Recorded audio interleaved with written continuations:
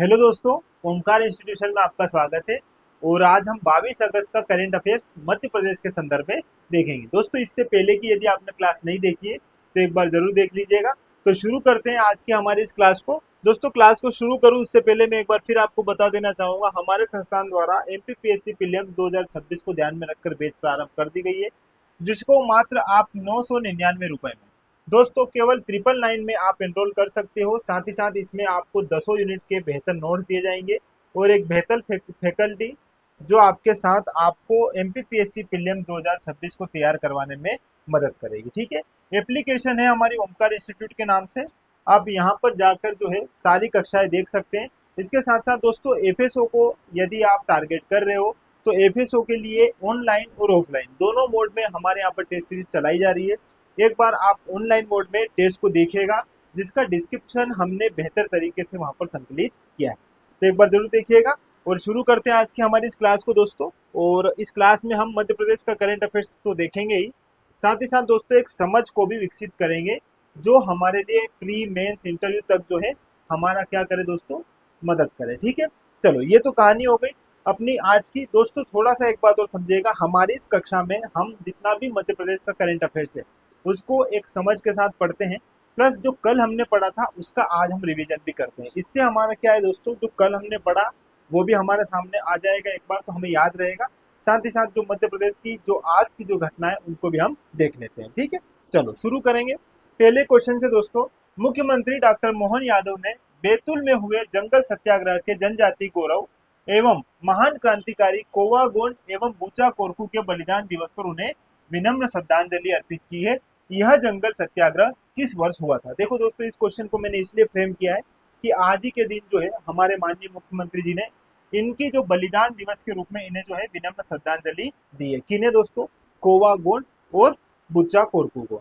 देखो यहाँ से प्रश्न बना था पिछली बार 2025 में, आपने एमपीपीएससी प्रीलिम्स का यदि पेपर दिया होगा तो उसमें एक क्वेश्चन आया था दोस्तों कि जो सिवनी टूरिया जंगल सत्याग्रह जो है वहां पर जो जनजाति क्षेत्र से किसने नेतृत्व किया था इस आंदोलन का, तो वहां पर मुक्का आपका आंसर था। लेकिन साथ ही साथ दुर्गा शंकर मेहता भी लिखा हुआ था, क्योंकि दुर्गा शंकर मेहता ने तो नेतृत्व किया ही था, लेकिन जनजातियों का किसने किया था दोस्तों? मुक्का द्वारा किया गया था।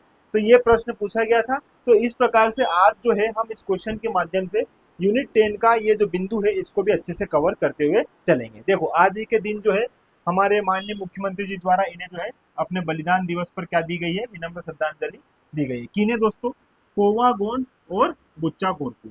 और इनका संबंध किससे दोस्तों? तो इनका संबंध है किससे? जंगल सत्याग्रह से। अब जंगल जंगल सत्याग्रह कहाँ का दोस्तों? बैतूल का। क्योंकि आपको यहाँ पर दो बातें याद रखनी है। देखो यह जो है हुआ था कब दोस्तों? 1930 में। जितनी जानकारी तो आपको होगी। अब थोड़ा सा यहाँ पर दोनों बातें मैं आपको एक साथ समझा दूंगा, समझ में आ जाएगा। देखो हम बात करें दोस्तों जंगल सत्याग्रह की, ठीक है, थोड़ा सा अच्छे से समझिएगा इसको। ये है हमारा जंगल सत्याग्रह और ये हुआ था 1930 में, ये जानकारी है आपको। ठीक है, इतनी बात समझ में आती है। लेकिन यह जो है दो रूपों में देखा गया। पहला है दोस्तों यहाँ पर घोड़ा डोंगरी। ठीक है, घोड़ा डोंगरी जंगल सत्याग्रह। ठीक है, ये है घोड़ा डोंगरी जंगल सत्याग्रह। और एक ही है इधर आपका दोस्तों टूरिया जंगल सत्याग्रह। टूरिया जंगल सत्याग्रह। अब आपको यहाँ पर कंफ्यूजन नहीं होगा, इसको थोड़ा इत्मीनान से समझिएगा। 2025 में जो प्रीलिम्स हुई थी यहाँ से प्रश्न बना था। कैसा प्रश्न बना था बताऊंगा, पहले इसको जानिएगा। देखो दोस्तों घोड़ा डोंगरी जंगल सत्याग्रह जो है यह भी जो है 1930 में हुआ था, और जो टूरिया जंगल सत्याग्रह है यह भी कब हुआ था? 1930 में। तो घोड़ा डोंगरी जंगल सत्याग्रह जो है ये हुआ था दोस्तों बैतूल में।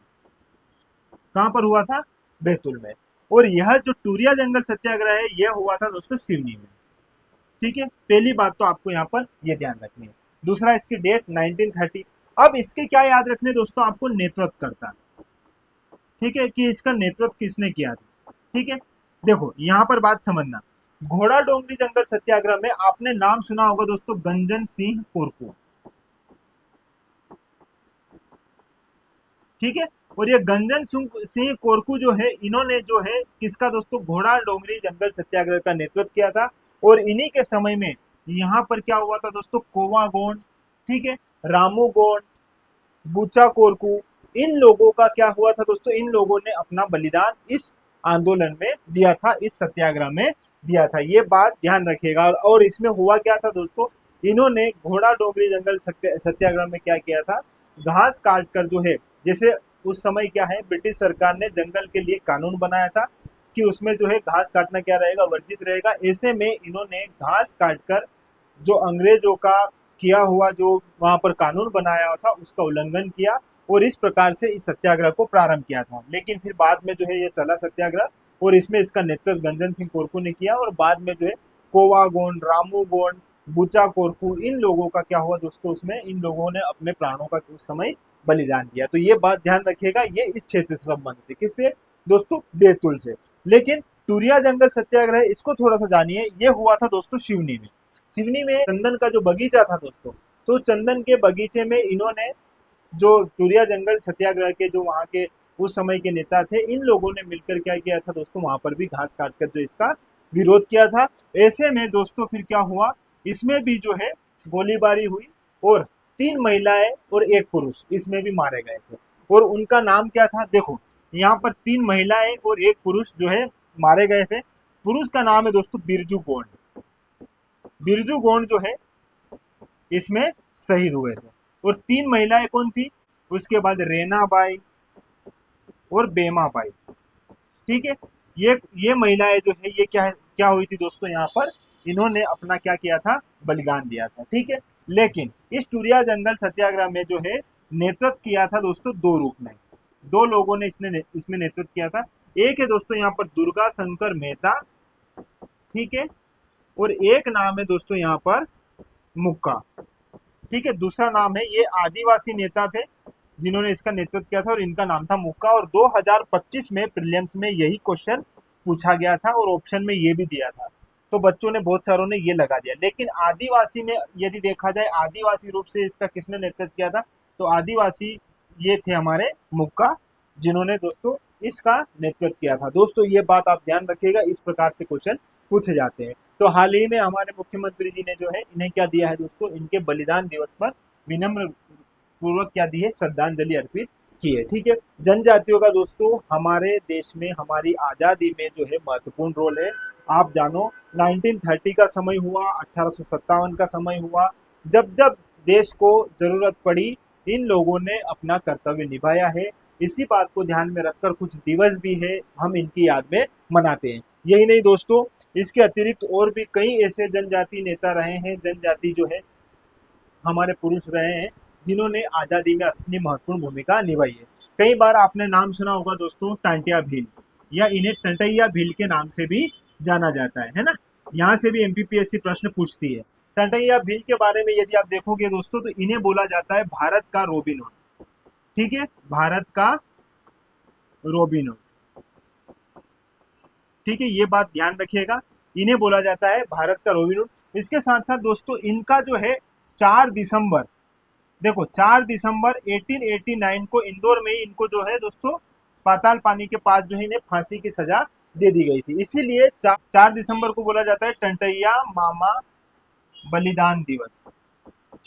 ठीक है, टंटैया मामा बलिदान दिवस कब मनाया जाता है दोस्तों, ये बात भी आप यहाँ पर ध्यान रखना, ये मनाया जाता है कब, 4 दिसंबर को। ठीक है, ये थोड़ी सी बात आपको यहाँ पर ध्यान रखनी होगी। यही नहीं दोस्तों, इसके साथ साथ और भी अन्य नाम है जो आपको यहाँ पर ध्यान रखने हैं।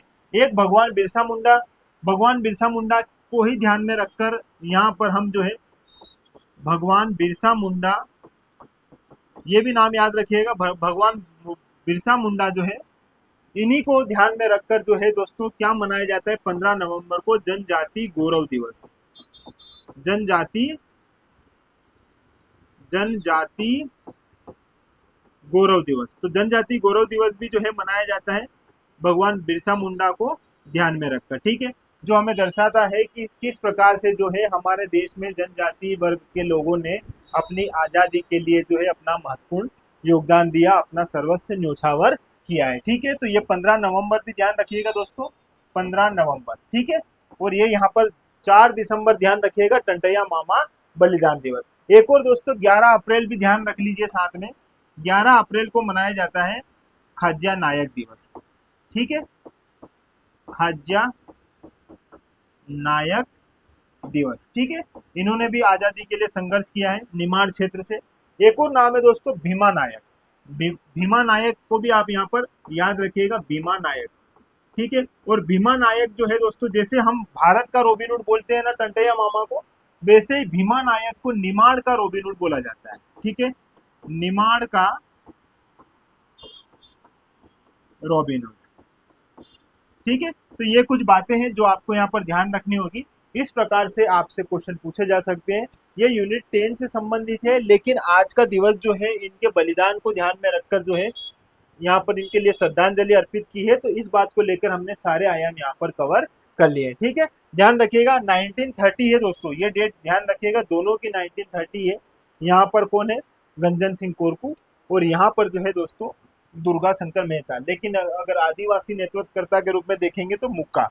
ठीक है, जो 2025 की प्रीलिम्स में पूछा गया एक प्रश्न था यहाँ से। ठीक है, चलो आगे बात कर लेते दोस्तों। अगला प्रश्न क्या है हमारा, कजाकिस्तान के सिमकेंट शहर में 16 से 30 अगस्त 2025 तक, कब से कब तक दोस्तों, 16 से 30 अगस्त, मतलब आगे अभी भी यह जो है आयोजन चलेगा। तो इसमें दोस्तों 16वीं एशियन शूटिंग चैंपियनशिप 2025 का आयोजन किया जा रहा है, और इसमें मध्य प्रदेश के कितने खिलाड़ियों ने पदक प्राप्त किया है। अभी आज की कंडीशन में हम बताएं तो कितने खिलाड़ियों ने दोस्तों, 2 खिलाड़ी। अभी तक यहाँ पर 2 खिलाड़ियों ने इसमें पदक प्राप्त किए हैं, लेकिन यह चलेगी 30 अगस्त तक। तो तब तक जो है हम और भी अपडेट इसमें कर लेंगे। अभी 2 नाम याद रखिएगा, और वो 2 नाम क्या क्या है दोस्तों, पहले देखो 16वीं एशियाई शूटिंग चैंपियनशिप 2025 में मध्य प्रदेश राज्य शूटिंग शॉटगन अकादमी के खिलाड़ी कुंवर मानसी रघुवंशी। ठीक है, और मानसी रघुवंशी ने जो है महिला वर्ग की शॉटगन स्किट स्पर्धा में यह जो है पदक प्राप्त किया है, और पदक प्राप्त किया इन्होंने दोस्तों स्वर्ण पदक। ठीक है, तो मानसी रघुवंशी जो है इन्होंने स्वर्ण पदक प्राप्त किया है।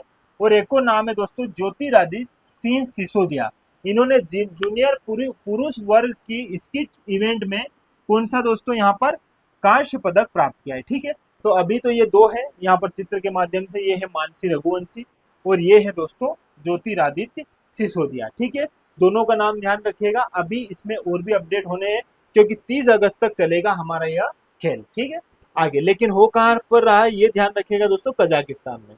ठीक है, कजाकिस्तान में इन खेलों का आयोजन किया जाएगा 16 से 30 अगस्त तक, दोनों बात याद रखिएगा। ठीक है, कजाकिस्तान। ठीक, चलो आगे देख लेते हैं। अगला प्रश्न हमारा क्या है दोस्तों, यहाँ पर अगला है दोस्तों, कश्मीर की प्रतिष्ठित डल झील में आयोजित देश के पहले खेलो इंडिया जल खेल महोत्सव।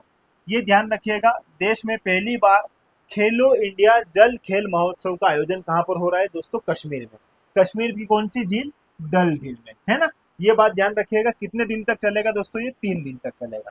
ठीक है, चलो आगे है। इसमें प्रदेश के कितने खिलाड़ियों द्वारा मेडल जीते गए, तो यहाँ पर 3 खिलाड़ियों ने मेडल जीते हैं। देखो इसको थोड़ा सा समझते हैं। 3 खिलाड़ी कौन कौन है दोस्तों, तो देखो कयाकिंग केनोइंग होगा इसमें, आप जानते हैं दोस्तों नौकायन वाला जो है उसमें प्रतिस्पर्धा रहती है। और इसमें पृथक पृथक श्रेणियों में रजत पदक जीतने वाले कौन कौन है, तो ये है दोस्तों कृष्ण जाट। कृष्णा जाट ने रजत पदक जीता है।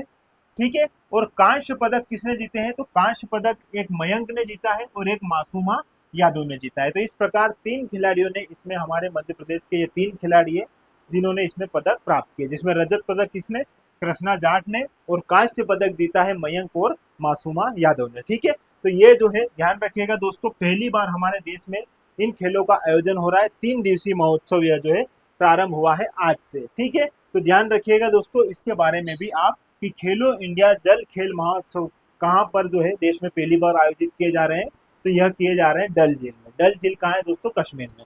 ठीक है, चलो ये बात आपको आई होप अच्छे से समझ में आई होगी। ठीक है, चलो अब दोस्तों कल का जो है हमारा रिवीजन, जो हमने कल सारे क्वेश्चन देखे थे उनको एक बार अच्छे से हम यहाँ पर रिवीजन कर लेते हैं। ठीक है, जिससे हमने कल जो देखा था वो भी हमें याद रहेगा। देखो Madhya Pradesh global innovation programme 2025 का आयोजन कब से कब तक किया जाएगा, ये हमने पूरी इसकी व्याख्या देखी थी दोस्तों। अभी हम केवल यहाँ पर इसके राइट आंसर देखेंगे। 18 से 22 अगस्त 2025 तक जो है 5 दिवसीय ग्लोबल इनोवेशन प्रोग्राम 2025 का आयोजन किया जा रहा है। ठीक है, चलो आगे अगला प्रश्न है दोस्तों, हाल ही में राज्य में स्थापित की जा रही नेमावर जल प्रदाय परियोजना को किस अंतरराष्ट्रीय संस्था के वित्तीय सहयोग से स्थापित किया जा रहा है, तो यह जो है एडीबी, एशियन डेवलपमेंट बैंक, जिसके बारे में हमने विस्तृत रूप से चर्चा कर ली थी, इसके सहयोग से इसे स्थापित किया जाएगा, जो लगभग 21 करोड़ रुपए का क्या रहेगा, इसमें निवेश करेगा। मतलब इतना जो है पेमेंट हम ऋण जो है इनके माध्यम से लेंगे। ठीक है, चलो, क्रिटिकल मिनरल्स की नीलामी कर केंद्र सरकार की नीति को लागू करने वाला देश का पहला राज्य बन गया हमारा मध्य प्रदेश। सारे जो खनिज है मध्य प्रदेश में, कितने खनिज पाए जाते हैं, 8 प्रकार के पाए जाते हैं, सारी चर्चा हमने कल वहां पर करी थी। ठीक है, आपको आई होप अच्छे से सारी बातें समझ में आई होगी। अगला प्रश्न दोस्तों यहाँ पर, मध्य प्रदेश राज्य ग्रामीण आजीविका मिशन के अंतर्गत स्वयं सहायता समूहों का 2 दिवसीय आजीविका फ्रेश मेला कहाँ पर आयोजित किया जा रहा है दोस्तों? तो यह जो है भोपाल में आयोजित किया जा रहा है 2 दिवसीय मेला। इस पर भी हमने बेहतर तरीके से चर्चा कर ली थी। ठीक है, चलो दोस्तों, आज की हमारी इस क्लास में हमने कल का जो करंट अफेयर्स था उसका तो रिवीजन किया ही, लेकिन आज जो हमारा करंट अफेयर्स था, जो हमारे एग्जाम से संबंधित हो सकता है, वो सारी बातें हमने यहाँ पर अच्छे से देख ली है। ठीक है, तो इसी क्रम में हमारी क्लास कंटिन्यू रहेगी और 5 बजे शाम को यह क्लास रहती है, तो आप इसे जरूर ज्वाइन कीजिएगा दोस्तों। एक समय के बाद आप जब ये क्लास कंटिन्यू देखना शुरू कर दोगे तो आपकी एक समझ जरूर विकसित होगी, जो कहीं ना कहीं आपको प्री में, मेंस में, आगे जब तक आपको जैसे इंटरव्यू भी देना रहे तो वहां तक आपकी हेल्प करेगी। ठीक है, तो आगे इसी प्रकार हमसे जुड़े रहिएगा और जुड़े रहने के लिए आपका बहुत बहुत धन्यवाद। Thank you.